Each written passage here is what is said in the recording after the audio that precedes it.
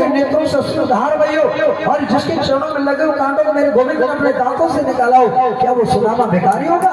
क्या वो सुदामा ऐसा जोकर बनेगा?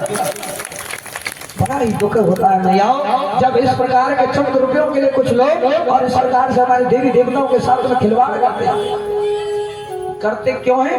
क्योंकि आप और हम करवाते हैं। हम भी तो बड़े प्रसन्न होकर के उनके ऊपर रुपया लुटाते। अरे वो तो रुपये के लिए तो कर ही नहीं भैया, उन्हें रुपया चाहिए लेकिन हमारी संस्कृति हमारे संस्कारों को वो तार तार करने का काम कर रहे हैं। और दूसरे लोग आकर के हमारे ऊपर हंसते हैं कि देखो तुम्हारे देवता किस प्रकार से जोकर का काम कर रहे हैं। कितना दुर्भाग्य, कितने लोग ऐसे जिन्होंने हनुमान जी को चौक पर बिठा दिया मांगने के लिए, हनुमान भिक्षा मांगने के लिए रह गए क्या? ये तो भाग्य है। और हम जाकर के वहां पर चढ़ाते, मंदिर में जाओ ना, आप चौक पर रखी मूर्ति के ऊपर चढ़ावा चढ़ाते हो मैया, जब आप चढ़ाओगे तभी तो लोग रखने का काम करते हैं। ऐसा कार्य अगर कोई कर रहा है उसका हमें विरोध करना चाहिए। क्यों? क्योंकि संस्कृति सुरक्षित, संस्कार सुरक्षित है और हमारे पूर्वजों की धरोहर सुरक्षित है, तो भैया हम भी सुरक्षित हैं। लेकिन हमारे साथ से बड़ा ही दुर्भाग्यपूर्ण कार्य सुदामा जी का चरित्र बड़ा पावन है। कुछ लोग कहते हैं सुदामा ने भगवान के चने खा लिए और इसलिए सुदामा को भगवान ने श्राप दे दिया। अरे मैया आप लोग ऐसा मानते हो क्या? पहली बात तो कल आपको बताएंगे सुदामा जी ने जो चने खाए वो चने कहां से आए और चने भगवान ने श्राप सुदामा को दिया या कैसे सुदामा को जो निर्धनता प्राप्त हुई। कल सुदामा जी का चरित्र बड़ा पावन है।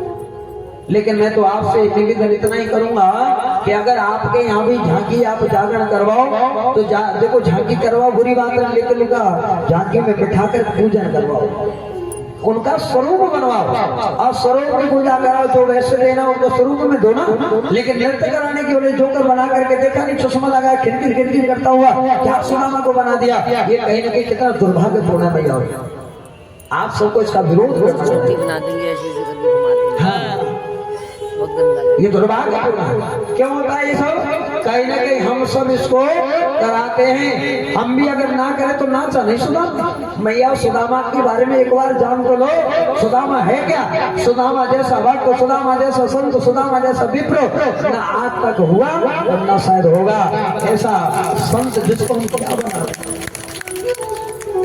मैं आपसे प्रार्थना करूंगा कहीं भी कोई हमारे देवी देवताओं के साथ में इस प्रकार की अश्लीलता करता है तो आपने उसका विरोध करना है। विरोध जब तक नहीं होगा तब तक इस प्रकार का घृणित कार्य हमारे समाज में व्याप्त होता रहेगा। नहीं इसलिए हम किसी का विरोध नहीं करते। हम केवल और केवल अपने सनातन अपने धर्म की बात करते हैं, अपने स्त्री की बात करते हैं, अपने कुल देवता की बात करते हैं, अपने बहन बेटी और बच्चों में संस्कार देने की बात करते हैं। हम किसी का विरोध नहीं, ये बुरा वो बुरा, कोई बुरा नहीं, सब अच्छे हैं, सब अपनी जगह अच्छे हैं। लेकिन हम अपने इष्ट अपने देवताओं के साथ इस प्रकार से खिलवाड़ नहीं दे सकते।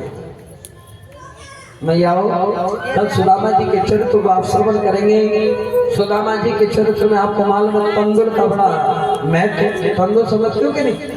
तो आप थोड़े थोड़े से तंदुल लेकर के आओगे। क्यों? कल व्यासपीठ की विदाई, कल सुखदेव जी की विदाई है कि नहीं?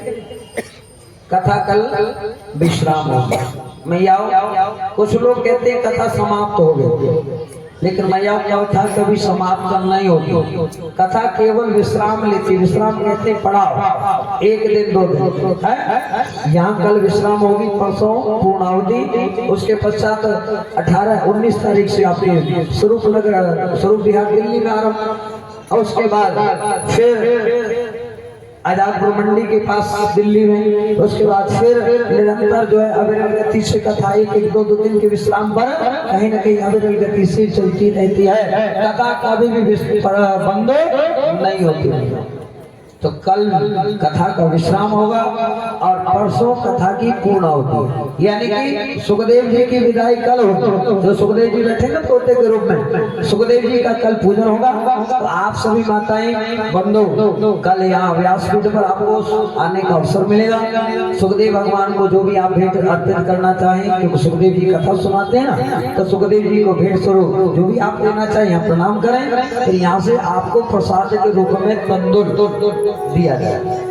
जो आप तंदुल लाओगे ना वही तंदुल का महत्व क्या है, यहाँ से जो लेकर के जाओगे बड़ा महत्व हमारे जीवन में, उसको लेकर जाओगे। आधा तंदुल तो अपने घर के भंडार में जहाँ तंदुल रहता है उसमें डालोगे, आधा तंदुल पीला करके हल्दी में और पीले या लाल वस्त्र में बांध कर और अपने घर की जहाँ पर तिजोरी रहती है पैसे रखने में रखना। एक बरस जिसे आप कल हवन के पश्चात परसों हवन के पश्चात उसको रखना है अपने घर में। जब जहाँ भी जब रखो तो तिथि नोट कर लेना। एक वर्ष जब हो से पूर्व 2 दिन 4 दिन पूर्व उनको रात्रि को जब सोने जाओ 2 दिन 4 दिन पूर्व सोने से पहले उस पोटली को खोल करके घर के आंगन में आप उन्हें बिखेर देना। प्रातः काल उठो तो उसको एक कोने में ला करके इकट्ठे कर देना और इकट्ठे करके उसे किसी कपड़े में भर गए और बहते हुए जल में, लेकिन जल जो है गंदा ना लगाओ, नहर हो जमुना जी हो गंगा जी हो कहीं भी बहते हुए जल में प्रवाहित करना है। जिस प्रकार से सुदामा की गरीबी मिटी, सुदामा के कष्ट दूर हुए, उसी प्रकार से मेरे राधा माधव की कृपा से अगर आपके मन में भी कोई कामना होगी कोई कष्ट होगा तो मेरे ठाकुर जी 1 वर्ष में उसको दूर करने का काम करेंगे। इस सुदामा के आशीर्वाद तो आप थोड़े छोटे तंदुल लाओगे। कल व्यासपीठ की विदाई होगी, सुखदेव जी की विदाई, परसों भागवत जी की पूर्ण होता। तो देखिए जिन जिन भक्तों ने जिन माताओं ने कलश उठाए सभी को यज्ञ में बैठना आवश्यक है। और कल कहते 7 दिन की कथा किसी कारणवश हम नहीं सुन पाते पूरा, तो विश्राम दिवस की जो 7 दिवस की कथा होती है अगर उसको भी आप श्रवण कर लेते हो ना तो हमें जो 7 दिन की कथा को सुनने का पूर्ण लाभ जो मिलता है ना वो कल की विश्राम दिवस की कथा को सुनने से मिल जाता है। इसलिए कल किसी कारणवश जो नहीं भी आए हो तो कल आप लोग सभी आए, और जो आ रहे हो बीच में छूट गए आपके आस पड़ोस में अगर जानकारी आपकी हो उनसे भी कहना है कि कल की कथा बहुत जरूरी है, इसलिए कल जरूर आए। क्यों? कथा का विश्राम होगा, उसके पश्चात सुखदेव जी का पूजन, फिर आप परसों पूर्णाहुति जब होगी तो हमने आपको प्रथम दिवस ही बताया कि ये कथा सकल मनोरथों को पूर्ण करने वाली, और ये भी बताया कि कोई भी एक कामना लेकर के 7 दिन तक अगर आप कथा को सुनते हो तो पूर्णाहुति के दिन अब पूर्णाहुति परसों होगी तो परसों आपने क्या करना है, अगर आप लोगों के मन में किसी प्रकार की कोई कामना है, कोई एक कामना, मैया ये नहीं कि ये भी वो भी ये भी, बस नहीं, कोई एक कामना जो आपको लगती हो कि मेरे ठाकुर जी मेरे घर में जो कमी है इसको आप पूरा करो, चाहे स्वास्थ्य से संबंधित हो, चाहे आपके कारोबार से संबंधित हो, चाहे आपके व्यापार से संबंधित हो, चाहे आपके बालकों की शिक्षा से संबंधित हो, चाहे आपके घर परिवार में किसी के स्वास्थ्य से संबंधित हो, कोई भी एक काम आप उसको ध्यान में रखकर अपने घर में गोला मंगाएं।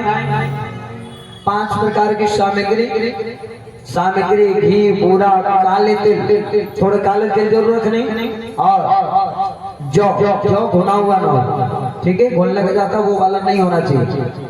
कटवा लें उसे, कोई भी बहन कोई भी माता उस गोले को अपने हाथ से नहीं काटे, आपको मालूम होना चाहिए गोले को कभी माताओं को नहीं काटना चाहिए, ठीक है। कटवाने के बाद अपने भाई से, पति से, पिता से, जो भी पुत्र है उससे कटवाएं। सामग्री को उसको मिलाकर सामग्री को 5 प्रकार की उस गोले में भरें, उसमें आप 1 सिक्का डाल दें, तालाब से 7 बार उसको बांध दें, ठीक है। अगर पति पत्नी दोनों घर में तो उसे दोनों पति पत्नी हाथ में लेकर अपने घर के मंदिर में 2 मिनट के लिए खड़े हो जाएं, अपने पितरों का स्मरण कर लें, जो भी आपके पितृगण है उनका ध्यान कर लें, भागवत महारानी का ध्यान करें, हमारे ठाकुर जी का ध्यान करें, और मन में जो भी कामना जो भी अभिलाषा आपने धारण की कि ठाकुर जी हमारे इस मन की कामना को आपने पूर्ण करना है, और अपने पितृगणों से प्रार्थना करें कि हे पितृ देवताओं हमसे जाने अनजाने कोई त्रुटि रह गई हो, कोई त्रुटि हो गई हो, कोई भूल हो गई हो, तो उसके लिए आप हमें अबोध ज्ञानी बालक समझ करके क्षमा करो। भगवान हमारे राधा माधव से प्रार्थना के प्रभु हमने 7 दिनों तक ये कथा श्रवण की, या जितने भी दिन आपने सुनी, 7 दिन, 2 दिन, 1 दिन, 3 दिन, जितने सुनी हो प्रभु, जितना समय 2 दिन मिला, 1 दिन मिला, हमने आपकी कथा को सुना। और जिन्होंने पूजन भी किया प्रातःकाल, वो लोग भी पूजन के बारे में सुन करके हमने पूजन भी किया, कथा भी सुनी। तो आपके पूजन में, आपकी कथा को श्रवण करने में किसी भी प्रकार से हमारे से जाने अनजाने कोई त्रुटि रही हो तो हमें एक अबोध अज्ञानी बालक समझ करके क्षमा करना, और हमारे मन की जो कामना है उसको आप पूर्ण करना। और अगर कोई कामना नहीं है तो भगवान से प्रार्थना इतनी करना कि प्रभु हम सब सुखी रहे, हम निरोग रहे, हम समृद्ध रहे, और सदा सदा भगवान के कार्यों में हमारा मन लगा रहे। भगवान